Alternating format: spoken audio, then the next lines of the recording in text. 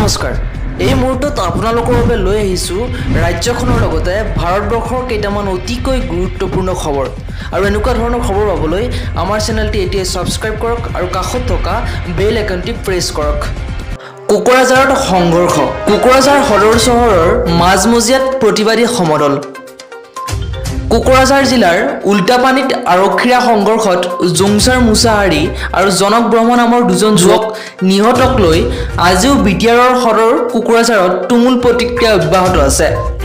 সদৌ বিটিআৰ মহাবিদ্যালয়ৰ ছাত্ৰ সন্থাই উক্ত সংঘৰ্ষক ভুৱা বুলি দাবী কৰি কোকৰাঝাৰ সদৰ চহৰৰ মাজমজিয়াত প্ৰতিবাদী সমদল বাহিৰ কৰে। ভুৱা সংঘৰ্ষৰ নামত নিৰীহ বড়ো যুৱকক হত্যা বন্ধ কৰক, নিহত জোংচাৰ মুছাহাৰী আৰু জনক ব্ৰহ্মক ন্যায় দিয়ক, হত্যাত জড়িত আৰক্ষী বিষয়াক নিলম্বন কৰক আদি বিভিন্ন শ্লোগানেৰে কোকৰাঝাৰৰ আকাশ বতাহ মুখৰিত কৰি তোলে। প্ৰতিবাদী সমদলকাৰীসকলে BTC সচিবালয় হৈ Kokrajhar JD road VIP road হৈ সদৰ চহৰ পৰিভ্ৰমণ কৰি প্ৰতিবাদ সাব্যস্ত কৰে। ইপিনে কোকৰাঝাৰ সংঘৰ্ষত নিহত দুই বড়ো যুৱকৰ মৃত্যুক লৈ বড়ো সমাজ আৰু ট্ৰাইবেল সংঘ নামৰ সংগঠন দুটাই মঙলবাৰে যৌথভাৱে সংবাদমেলযোগে প্ৰতিক্ৰিয়া প্ৰকাশ কৰিছে। বড়ো যুৱক দুজনক অন্যায়ভাৱে আটক কৰি ভুৱা সংঘৰ্ষৰ ৰূপ দিয়া বুলি অভিযোগ উত্থাপন কৰি ঘটনাক লৈ উচ্চ পৰ্যায়ৰ তদন্তৰ দাবী উত্থাপন কৰিছে। কোকৰাঝাৰত অনুষ্ঠিত হোৱা উক্ত সংবাদমেলত বড়ো সমাজৰ জিলা সভাপতি নিত্যৰঞ্জন ব্ৰহ্ম আৰু উপদেষ্টা বিবেকানন্দ নাৰ্জাৰী আৰু জিলা ট্ৰাইবেল সংঘৰ সভাপতি চক্ৰমণি ব্ৰহ্মই উক্ত প্ৰতিক্ৰিয়া প্ৰকাশ কৰি ULB গঠন প্ৰসংগত কয় যে অস্ত্ৰ শস্ত্ৰ সংস্কৃতি সভ্য সমাজৰ বাবে মুঠেই গ্ৰহণযোগ্য নহয় বুলি মন্তব্য কৰে। পুনৰ সংবাদ শীৰ্ষত শিৱ থাপা জয় কৰিলে স্বৰ্ণ পদক। পুনৰ সংবাদ শীৰ্ষত অসমৰ বক্সাৰ শিৱ থাপা ৰাষ্ট্ৰীয় প্ৰতিযোগিতাত চমক সৃষ্টি কৰিলে শিৱই। এলিট মেন্স নেশ্যনেল বক্সিং চেম্পিয়নশ্বিপত স্বৰ্ণ পদক জয় কৰিলে শিৱ থাপাই। ফাইনেলত শিৱ থাপাৰ সন্মুখত আছিল SSCৰ দলবীৰক 5-0 ব্যৱধানত পৰাস্ত কৰে শিৱ থাপাই। কৰ্ণাটকৰ ইনস্পায়াৰ ইনষ্টিটিউট অফ স্পৰ্টছত অনুষ্ঠিত হৈছিল এই প্ৰতিযোগিতা।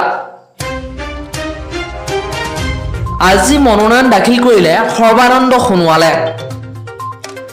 প্ৰাক্তন মুখ্যমন্ত্ৰী তথা বৰ্তমানৰ কেন্দ্ৰীয় মন্ত্ৰী সৰ্বানন্দ সোণোৱালে আজি ৰাজ্যসভা নিৰ্বাচনৰ বাবে মনোনয়ন পত্ৰ দাখিল কৰিলে। অসম বিধানসভাৰ সচিব ৰাজ্যসভা নিৰ্বাচনৰ ৰিটাৰ্ণিং বিষয়াৰ ওচৰত মনোনয়ন দাখিলৰ সময়ত সোণোৱালৰ সৈতে মুখ্যমন্ত্ৰী ডক্টৰ হিমন্ত বিশ্ব শৰ্মা, বিজেপিৰ ৰাজ্যিক সভাপতি ভৱেশ কলিতা, অগপৰ সভাপতি অতুল বৰা, UPPLৰ সভাপতি প্ৰমোদ বড়োৰ লগতে বিজেপি মিত্ৰজোঁটৰ নেতৃবৃন্দ উপস্থিত থাকে। উল্লেখ্য যে অহা 4 অক্টোবৰত অসমৰ এখন আসনৰ বাবে হ'বলগীয়া ৰাজ্যসভাৰ নিৰ্বাচনত বিজেপিয়ে সোণোৱালৰ প্ৰাৰ্থিত্ব দিছে। বিৰোধী দল কংগ্ৰেছে এখন আসনৰ বাবে হ'বলগীয়া এই নিৰ্বাচনত তেওঁলোক জয়ী হোৱাৰ কোনো সম্ভাৱনা নাই আৰু প্ৰতিদ্বন্দ্বিতা কৰাৰ পৰা বিৰত থকাৰ সিদ্ধান্ত লৈছে। ইয়াৰ ফলত সোণোৱাল বিনা প্ৰতিদ্বন্দ্বিতাৰে নিৰ্বাচিত হোৱাটো নিশ্চিত হৈছে।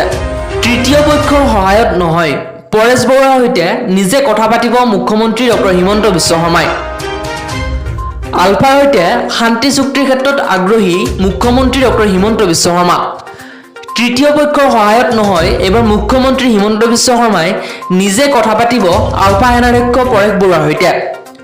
পৰেশ বৰুৱাই বিচাৰিলে মুখ্যমন্ত্ৰী ডক্টৰ শৰ্মাৰ সৈতে আলোচনাৰ প্ৰসংগত টেলিফোনত কথা পাতিব পাৰিব। মুখ্যমন্ত্ৰী শৰ্মাই কয় যে যোৱাকালি কেন্দ্ৰীয় গৃহমন্ত্ৰীক সাক্ষাৎ কৰাৰ সময়ত মই তেওঁৰ পৰা পৰেশ বৰুৱাৰ সৈতে কথা পতাৰ অনুমতি বিচাৰিছিলোঁ। গৃহমন্ত্ৰী ডাঙৰীয়াই মোক আলোচনা আগবঢ়াই নিয়াৰ বাবে টেলিফোনত পৰেশ বৰুৱাৰ সৈতে কথা পতাৰ অনুমতি দিছে। পৰেশ বৰুৱাই বিচাৰিলে আলোচনাৰ প্ৰসংগত মোৰ সৈতে পোনপটীয়াকৈ টেলিফোনত কথা পাতিব পাৰিব বুলিও মন্তব্য কৰে মুখ্যমন্ত্ৰী ডক্টৰ হিমন্ত বিশ্ব শৰ্মাই। লগতে তেওঁ কয়, আনুষ্ঠানিকভাৱে পৰেশ বৰুৱাৰ সৈতে আমাৰ আলোচনা চলি আছে। এই আলোচনা তৃতীয় পক্ষৰ জৰিয়তেহে চলি আছে। আলোচনাই গতি লাভ কৰিবলৈ হ'লে আনুষ্ঠানিকভাৱে আৰু পোনপটীয়াকৈ আৰম্ভ হ'ব লাগিব। সেয়েহে আমি পোনপটীয়াকৈ কথা বতৰা আৰম্ভ কৰাৰ বাবে আগবাঢ়িছোঁ। সময় নিশ্চয় লাগিব। পৰেশ বৰুৱাইও এই ক্ষেত্ৰত সঁহাৰি জনাব লাগিব বুলি মত পোষণ কৰে মুখ্যমন্ত্ৰী ডক্টৰ হিমন্ত বিশ্ব শৰ্মাই।